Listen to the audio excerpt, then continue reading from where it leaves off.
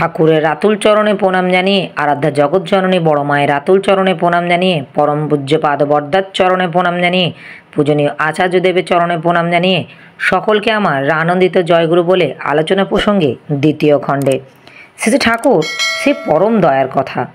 ইন্দুদা, ছেলেপুলেদের স্কুলে যেমন শিক্ষা দিতে হবে, বাড়িতেও তো তেমনি উপযুক্ত শিক্ষার ব্যবস্থা থাকা চাই। বাড়িতে ছেলেপুলেদের শিক্ষার জন্য প্রধান করণীয় কী?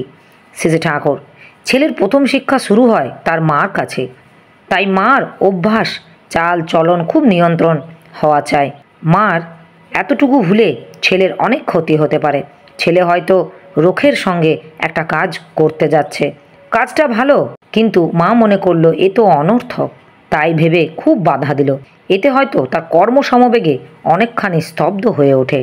আবার অন্যায়ও যদি কিছু করতে যায় খুব সমবেগে নিয়ে, সেখানেও স্তব্ধ করে দিতে নেই, বরং ওই সমবেগটাকে সুনিয়ন্ত্রিত করে দিতে হয়। শিশু অনুসন্ধিৎসা নিয়ে মার কাছে কত রকম প্রশ্ন করে।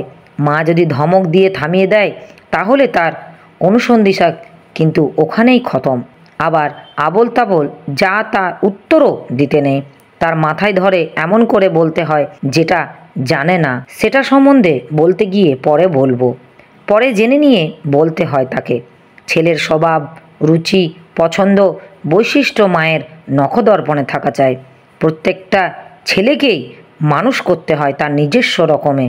শাসন, পোষণ, আদর, সোহাগ প্রত্যেককেই ঠিক এই রকমই করলে হয় না।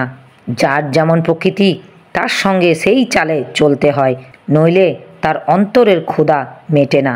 বিশিষ্টতা সম্বন্ধে এই বোধটা খুব কমই মায়েদের আছে, তারাও নিয়ে অত মাথা ঘামায় না। পরিবারের মানুষগুলির সেবা যত্নের ব্যাপারেও যদি ওই প্রকৃতিগত বৈশিষ্ট্যের প্রতি লক্ষ্য রেখে চলার অভ্যাস থাকে, তখন সন্তান পালনের বেলায়ও সেই ধাঁচটা থাকে। সব জিনিসেরই অভ্যাস চাই, শিক্ষা চাই।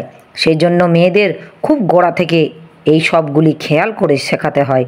তারপর সংসারের গুরুজন কেউ হয়তো ছেলেকে কোনো অন্যায়ের জন্য শাসন করছে, মা তখনই যদি ছেলের পক্ষ নিয়ে কোমর বেঁধে ঝগড়া করতে যায় তার সঙ্গে, তাতে কিন্তু সন্তানের মাথা খাওয়াই হয়। একান্নবর্তী পরিবারে অনেক সময় এইরকমই দেখা যায়। এমনি অন্যায়ভাবে, এমনকি অন্যায়ভাবেও যদি সে শাসন করে থাকে ছেলের সামনে, তা নিয়ে তাকে কথা শোনানো ভালো নয়, বরং শুভবুদ্ধিতে তাকে শাসন করেছেন সেই কথাটাই বলতে হয়। সব সময় লক্ষ্য রাখতে হয় ছেলেদের জীবনে যাতে কিছুতেই অশ্রদ্ধা, দোষ দৃষ্টি, অনৈক্য বুদ্ধি ইত্যাদি শিকড় গেড়ে না বসে। ছেলেদের সামনে পরনিন্দা, পরচর্চা যত না করা হয় ততই ভালো। সুকেন্দ্রিক উদারতা ও সেবা সহানুভূতি দৃষ্টান্তই যেন তার মা বাবার চরিত্রেই দেখতে পায়। তারপর কখনো কোনো কারণে ছেলেপুলেদের এমনভাবে বকা ভালো নয় যাতে তার আত্মবিশ্বাস নষ্ট হয়ে যায়। মা হয়তো ছেলেকে পড়াতে গেছে, ছেলে পারল না, অমনি বলে বসলো, লেখাপড়া তোকে দিয়ে হবে না, তোর মাথা গোবর পড়া। মায়ের মুখে থেকে এমন তোরও কথা ছেলের জীবনে সাবার করে দিতে পারে। আবার মা বাবা ছেলের সামনে নীতি উপদেশ দিচ্ছে, কিন্তু নিজেরা সেই অনুযায়ী চলে না, এতেও কিন্তু ছেলেদের খুব অসুবিধা হয়। আর মা বাবা পরস্পরের প্রতি শ্রদ্ধান্বিত করে তুলতে চেষ্টা করবে ছেলেকে, সঙ্গে সঙ্গে পিতৃপুরুষদেরও কথা, ইষ্টের কথা মাথায় ঢুকিয়ে দেবে। বাস্তব আচরণের ভিতর দিয়ে সেটা তাদের ভিতরে গেঁথে দেওয়া চাই। ধরো শীতকাল, বাড়িতে নতুন কমলা এসেছে, দেখে ছেলের খুব খাবার লোভ, তখনই বললে, বেশ তো, চলো যাই, আগে ঠাকুর বাড়ি দিয়ে আসি, গিয়ে তারপর আমরা খাবো।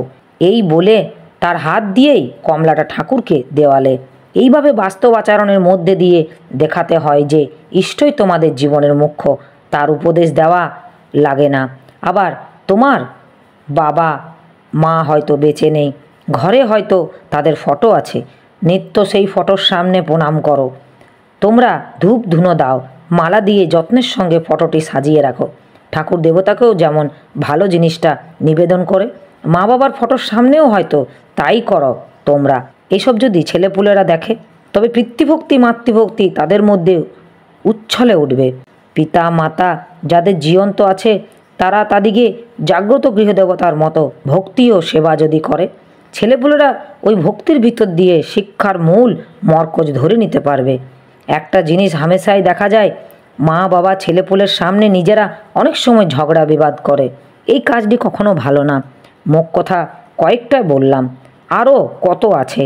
ফল কথা, মা বাবা যদি সুনিয়ন্ত্রিত না হয় তবে ছেলেপুলেদের সুনিয়ন্ত্রিত করে তোলা দুঃসাধ্য।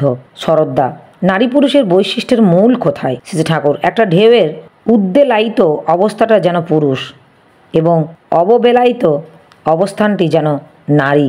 অববেলায়িতের উপর ভর দিয়ে যে উদ্বেলায়িত দাঁড়ায়, প্রকৃতি যেন পুরুষের বিশ্রামের ক্ষেত্র, নারী পুরুষের পরিপোষক, পুরুষ নারীর পরিপূরক, উভয়ের মিলে যেন এক। নারী যেন পুরুষের সত্তার বাকিটুকু। তাই মনোবৃত্তা অনুসারিণী স্ত্রীর কথা বলে, আর স্বামী যেন স্ত্রীর সত্তা। পুরুষ নারীর এই গভীর সম্পর্ক অনেকেই বোঝে না, তাই একে অন্যকে তথাকথিত ভোগের উপকরণ মনে করে। কিন্তু প্রকৃত দাম্পত্য মিলন ও প্রণয় যেখানে, সেখানে ঠিক লক্ষ্মীনারায়ণ বা শিব দুর্গার আবির্ভাব হয়। পুরুষের এই উদ্বেলায়িত অবস্থাটি অটুট রাখবার জন্য তাকে আবার পুরুষ শ্রেষ্ঠে সংলগ্ন থাকতে হয়, নচেত তার পৌরুষের লোপ পেতে বসে। সে কামমুগ্ধ হয়ে ওঠে নারীতে, আর পরিপূরণী প্রতিভাই নষ্ট হতে থাকে। নারী তেমনতর পুরুষকে নিয়ে সুখী হতে পারে না। রিচি তার সমবিপরীত রুচি সত্তাকে খুঁজে বের করে, তাকে শক্তি সমৃদ্ধ করে সত্তার সজাগ ও বৃদ্ধিতে উপভোগ প্রতুল থাকতে চায়। এ শুধু পুরুষ প্রকৃতির বেলায় নয়, বা বৃহত্তম ঋজি শক্তির কাছে ন্যূনতর ঋজি শক্তির এইরকমই হয়। এরা এসে জুটলে ভাই লীলার আসর জমাট বেঁধে ওঠে। তাই বলে সে তো একলা থাকে না ভাই, যখন যেখানে যায় তার সঙ্গে থাকে গোড়ায়। বলেই শ্রী ঠাকুর বললেন, কি কোষ কালীষষ্ঠী? কালীষষ্ঠী মা একলা থাকলে চলবে কেন? শ্রী ঠাকুর, দেখ সালা দুনিয়া কেউই একলা থাকতে চায় না। মানুষ যে মুহূর্তে ভাবে যে তার কেউ নেই, সেই মুহূর্তেই তার দম আটকে আসতে চায়। আচ্ছা, এমন কেন হয়? কালীষষ্ঠী মা, কেন হয় তা জানি না, কিন্তু হয়। শ্রী ঠাকুর, মানুষের জারিজুরি যতই কুক, তার মূল ওইখানে। এক ঠিক থাকলে সব ঠিক থাকে, তখন পরাণ ঠান্ডা। ইন্দু মিস্ত্রিদাকে দেখে শ্রী ঠাকুর বললেন, টেবিলটা করে দিলি না? ইন্দুদা, করছি। শ্রী ঠাকুর, করছি কি রে? যখন চাই তখন যদি না পায় তাহলে কি সুখ হয়? কম খরচে তাড়াতাড়ি সুন্দর করে যদি না করতে পারিস তাহলে কি হলো? ইন্দুদা, শ্রী ঠাকুর, 10 ভুজা কথা শুনিসনি? মা দুর্গাকে কয় 10 ভুজা। তুমি এত নিপুণ হবা, এত তাড়াতাড়ি কাজ করবা যে একাই 5 জন হয়ে উঠবা। তুমি ফিঙে হয়ে লেগে দেখো না কেন? আগের থেকে কতখানি আগাইছো খেয়াল আছে? আর দরকার হলে আরও লোক জুটিয়ে নিতে হয়। ইন্দুদা আচ্ছা বলে বিদায় নিলেন। গুরুদাসদা, বহু পরিবার আছে আচার আচরণ ধরানোই যেন যায় না, যেমন ইষ্টভীতি, নিরামিষ আহার, সদাচার চলা ইত্যাদি। ধরলেও আবার ছেড়ে দেয়। এর কি করা?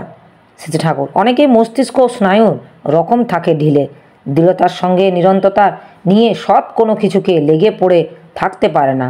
তাদের পেছনে লেগে থাকা ছাড়া আর কোনো পথ নেই। তবে অধৈর্য বা হতাশ হলে চলবে না। তোমাদের কাজ হলো অসীম ধৈর্যের কাজ। একটা ছোট্ট ছেলেকে যে মা মানুষ করে, সে হাগে, মোতে, বমি করে, অসুখে ভোগে, কত দৌরাত্ম্য করে, তবু মা তাকে কত যত্ন করে পেলে পুষে মানুষ করে তোলে। এও সেই রকম, অনেক শয়ে অনেক বয়ে, তবে এক একজনকে ঠিক করা লাগে। আর ওই ব্যক্তির চরিত্র নিয়ন্ত্রণ যদি না হয়, পরিবার নিয়ন্ত্রণ যদি না হয়, তবে কোনো কাজই করা সম্ভব নয়। শত শত বছর ধরে ঋত্বিক তার কাজ করেনি, পুরোহিত তার কাজ করেনি, তাই আবর্জনা জঞ্জাল বহু জমে উঠেছে। তোমাদের এখন খেটে পিটে এগুলি সাফ করা লাগবে। আবার ধাঁচটা একবার এনে যদি ফেলতে পারো, তখন দেখবে কত সহজ। তোমাদের রক্তের মধ্যেই যে এটা আছে। তবে বহুদিন অনভ্যাসের ফলে এখন নতুন মনে হয়। এই যে আমাদের নিজস্ব জিনিস তা ভুলে গেছি। বেলা হয়ে উঠেছে, লোকজনের সমাবেশ, আশ্রম প্রাঙ্গণ চঞ্চল হয়ে উঠেছে। শ্রী ঠাকুর এইবার গাত্রোত্থান করলেন। শ্রী ঠাকুর দুপুরে খেয়ে দিয়ে ঘুম থেকে ওঠার পর বঙ্কিমদা এসে জানালেন, পাবনা থেকে হক সাহেব বললেন একজন সরকারি কর্মচারী এবং আরও কয়েকজন ভদ্রলোক বিকালে বেড়াতে আসবেন। শ্রী ঠাকুর আসলে তোমরা ঘুরিয়ে টুরিয়ে দেখিয়ে কথাবার্তা কয়ে পরে আমার কাছে নিয়ে এসো যদি তাদের আগ্রহ থাকে। বঙ্কিমদা, আপনার সঙ্গে দেখা করার আগ্রহ তো তাদেরই বেশি। শুনেছি হক সাহেব বেশ ধর্মপ্রাণ লোক। সেজে ঠাকুর, যাই হোক, তোমরা আগে কথাবার্তা কয়ো, তোমাদের সঙ্গে কথাবার্তা কয়ে পরে আমার কাছে আসলে ভালো হয়। সেজে ঠাকুর একটু বাদে মাতৃমন্দিরের উত্তর দিকে আশ্রম প্রাঙ্গণে বকুল গাছতলায় একটা হাতওয়ালা বেঞ্চে এসে বসলেন। সঙ্গে সঙ্গে সেজে ঠাকুর কয়েকটি প্রয়োজনীয় জিনিসপত্রাদি যথা গড়গড়া, তামাক, টিকে, জলের ঘটি, সুপারি কৌটো, দাঁত খোঁচা, পিকদানি প্রভৃতি নিয়ে আসা হলো। ঝিরঝির করে একটু হাওয়া দিচ্ছে। সেজে ঠাকুর চাদরটা চেয়ে নিয়ে গায়ে দিলেন। বেলা তখন প্রায় 4টে। আশ্রমের দাদা ও মায়েরা আসছেন সেজে ঠাকুরকে দর্শনে। প্রত্যেকে এসে সেজে ঠাকুরকে প্রণাম করছেন। প্রণাম করে কেউ বসে, কেউ দাঁড়িয়ে দেখছেন। কমনীয় মোহন ঠাম। সেজে ঠাকুর অমৃতস্রাব স্নিগ্ধ দৃষ্টিতে চেয়ে চেয়ে দেখছেন সবার পানে। কোনো কথা নেই মুখে, তবু এই দৃষ্টি যেন অনির্বাচনীয় ভাব। ভাষা ও মমতার ভরা এই দৃষ্টিপাতে মানুষের মনের গহনতলে সুখ তরঙ্গ ততই আন্দোলিত হয়ে ওঠে।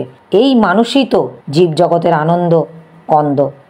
তার সব চিন্তা, সব করা, সব বলা, মাই অস্তিত্বে প্রতিটি অনুরণন পর্যন্ত নিখিলের নেতৃত্ব এবং আনন্দ বিধায়ক, সর্বথ মঙ্গলপ্রদ। তাই তো মানুষ অনিবার্য আকর্ষণে ছুটে আসে তার কাছে। শুধু মানুষ নয়, ইতর প্রাণীও তার মমতার আশ্রয়ের খোঁজে, তার সান্নিধ্যে কামনা করে। কয়েকজন ভদ্রলোক আসবেন বলে শেষে ঠাকুর সুবোধ ভাইকে বললেন, কয়েকখানা চেয়ার পেতে রাখতো। সুবোধ ভাই কয়েকখানা চেয়ার এনে পেতে দিলেন। শেষে ঠাকুর, সাজিয়ে গুছিয়ে ভালো করে পাত, বিশৃঙ্খল রকমে পাতলে কি ভালো দেখায়? কাজ যা করবি এমনই সুষ্ঠু সুন্দরভাবে করবি যে তাতে তোর নিজের মনে যেন একটা আত্মপ্রসাদ আসে, আর তোর কাজ দেখে অন্যের প্রাণও যেন ঠান্ডা হয়ে যায়। সুবোধ ভাই শেষে ঠাকুরের নির্দেশ মতো চেয়ারগুলি ঠিকভাবে পেতে দিলেন। প্রফুল্ল, বাইরে কাজের দিকে অত মন দিতে গেলে তো মানুষের মন বহির্মুখী হয়ে যাবে। শেষে ঠাকুর, দূর পাগলা, কোষ কি? কাজকর্ম তো আমাদেরই তপস্যার অঙ্গ। কাজকর্ম করব তার প্রীতি কামনায়। এই কাজকর্ম ছাড়া কি আত্মনিয়ন্ত্রণ হয়? আমাদের ভিতরে যত বিশৃঙ্খলা থাকে, কাজকর্ম তত এলোমেলো ও অবিন্যস্ত হয়। বাইরে কাজকর্ম যদি সুষ্ঠু ও শৃঙ্খলভাবে করতে অভ্যস্ত হই, তার মধ্যে দিয়ে আমাদের চিন্তা, চলন ও চরিত্রকেও সুবিন্যস্ত করে তোলার পক্ষে সাহায্য হয়। আমার তো মনে হয় কাজকর্ম না করলেই মানুষ বহির্মুখী হয় বেশি। কাজকর্ম করতে গেলে তো চিন্তাধারাকে কাজের উপযোগী করে নিয়ন্ত্রণ করতে হয়। এমনতর লাভজনক নিয়ন্ত্রণের মনে যে শিক্ষা হয়, নিষ্কর্ম থেকে সেই শিক্ষা হয় না। উড়ো উড়ো ভাব হয়। কাজকর্মের ভিতর দিয়ে মানুষের যেমন জীবনের প্রয়োজনের সমাধা হয়, তেমনি আবার ভিতরে বিন্যাসও হয়। এই তো কাজের প্রধান গুণ। তবে কাজ হওয়া চাই ইষ্টার্থে, আমার বেঁচে থাকা পর্যন্ত তার প্রয়োজনে। কথা হচ্ছে এমন সময় হক সাহেব এবং আরও কয়েকজন বঙ্কিমদা, প্রকাশদা প্রমুখ সহ আসলেন। শেষে ঠাকুর উঠে তাদিকে অভ্যর্থনা করলেন। ওরা বললেন, না, আপনি বসুন। এরপর শেষে ঠাকুর বসলেন এবং ওরাও বসলেন। হক সাহেব বললেন, আপনার কর্ম প্রতিষ্ঠানগুলি দেখে আসলাম, বেশ সুন্দর। তবে ধর্ম প্রতিষ্ঠানে এত কর্মের আয়োজন কেন? শেষে ঠাকুর, ধর্ম মানে আমি বুঝি তাই করা যাতে আমাদের বাঁচা বাড়ার অক্ষুণ্ণ থাকে। এর জন্য ঘোড়াই চাই ওই রসুল বা কামেল পীর। তাকে ভালোবেসে তাকে অনুসরণ করে আমরা যখন চলি, তখন দুনিয়ার হাজার রকম টান আমাদের আর বিচ্ছিন্ন করতে পারে না। আমরা বিভ্রান্ত হই না। ওই খোঁটা ঠিক রেখেই বাঁচার জন্য, বাড়ার জন্য যা যা করি সবই তখন ধর্ম হয়ে দাঁড়ায়।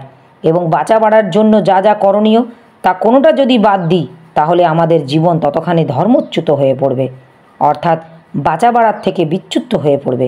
আবার পরিবেশকে না বাঁচিয়ে আমরা বাঁচতে পারি না। আমাদের কর্মের ভিতর দিয়ে, সেবার ভিতর দিয়ে পরিবেশকে যতখানি উন্নত করে তুলতে পারবো, পরিবেশের উন্নতর কর্ম ও সেবার ভিতর দিয়ে আমরাও তত সুষ্ঠুভাবে সমর্থিত হব। তাই দেখুন, ধর্মের মধ্যে কর্মের প্রয়োজন কতখানি। তবে সব কর্ম সার্থক হয়ে ওঠা চাই।